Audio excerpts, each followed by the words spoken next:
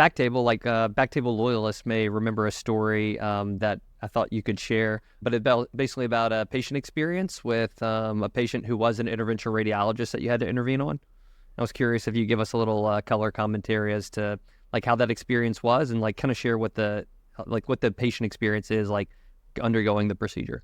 Sure, Chris. This is, there's no HIPAA violation here as he was on the podcast. No, he was on the podcast. I mean, so you can, and we'll link to it. We'll link to the show, but go ahead. So this is a good friend of mine, Elon Riole, who's in fact one of my closest friends. He was doing flow tube for thrombectomy actually much prior to, much before I was. And he was one who actually, told me, hey, like, you got to try this. And he kept showing me all these pictures. It was something that I really wanted to try. But we'd often talk about, difficult cases, etc.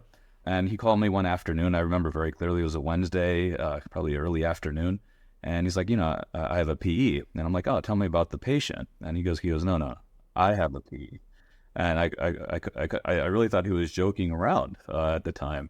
And he sent me, he basically, told me, woke up that morning, wasn't feeling great, but decided to go to work anyway.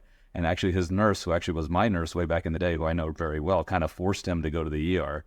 And, pretty significant, pulmonary embolism at all elevated biomarkers, large clot burden. He sent me the scan, on the phone. And I'm like, and he said, hey, listen, I want you to treat me. And of course, there was no hesitation there. And we finally had him, sent to our hospital, we treated him that evening. And of course, there was no hesitation at all. But of course, you're treating, one of your closest friends, in the back of my mind, like, gosh, if something bad happens here, I have to tell you, I was scared. I didn't tell him that until way after the fact when we had dinner, months later.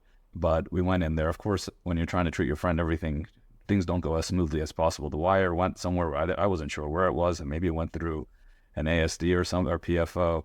I rewired him, finally put a catheter up there, and I checked his pressures, and they were over 80. And I couldn't believe it. And I was like, there's something wrong here. Re-zero the lines. Still over 80. I'm like, get somebody from another room. Get some new equipment, because I still don't believe it. And it was really that high. And I'm like, all right, we're here. And actually, one of the things I forgot to mention in there was actually we were enrolling patients in the Peerless trial at that time. So when he came over, I'm like, listen, dude, I gotta ask you, do you want to be a participant in the trial? He goes, no. I want flow treatment. That's why I'm here. I'm like, all right, listen, I had to ask. But anyway, the pressures were high. I had a little hesitation, but we put the catheters up there. We got a lot of clot out.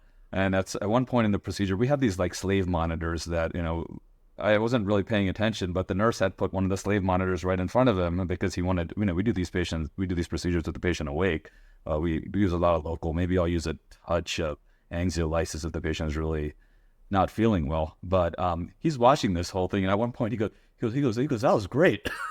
like, you're watching this? So anyway, I got to a point where, I felt like I was done, and I'm like, hey, what do you think? Do you want me to do any more? He goes, no,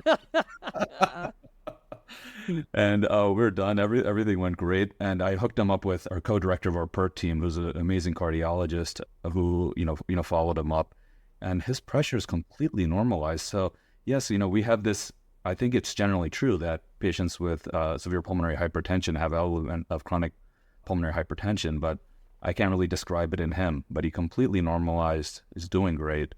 But like I said, months later, it was probably maybe 6 months later, we're out to dinner, and I'm like, man, I was scared.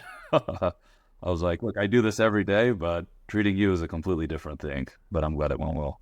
Me also. I was just sweating, like thinking about having to treat one of my partners, and like even just treating other physicians. It's when you want it to go perfectly. Those are the cases that don't go perfectly, and for me, I also end up in my head for a lot of those cases too. So kudos for you. And for the BackTable audience, if you guys want to hear the other side of that story, I'll link to it in the show notes.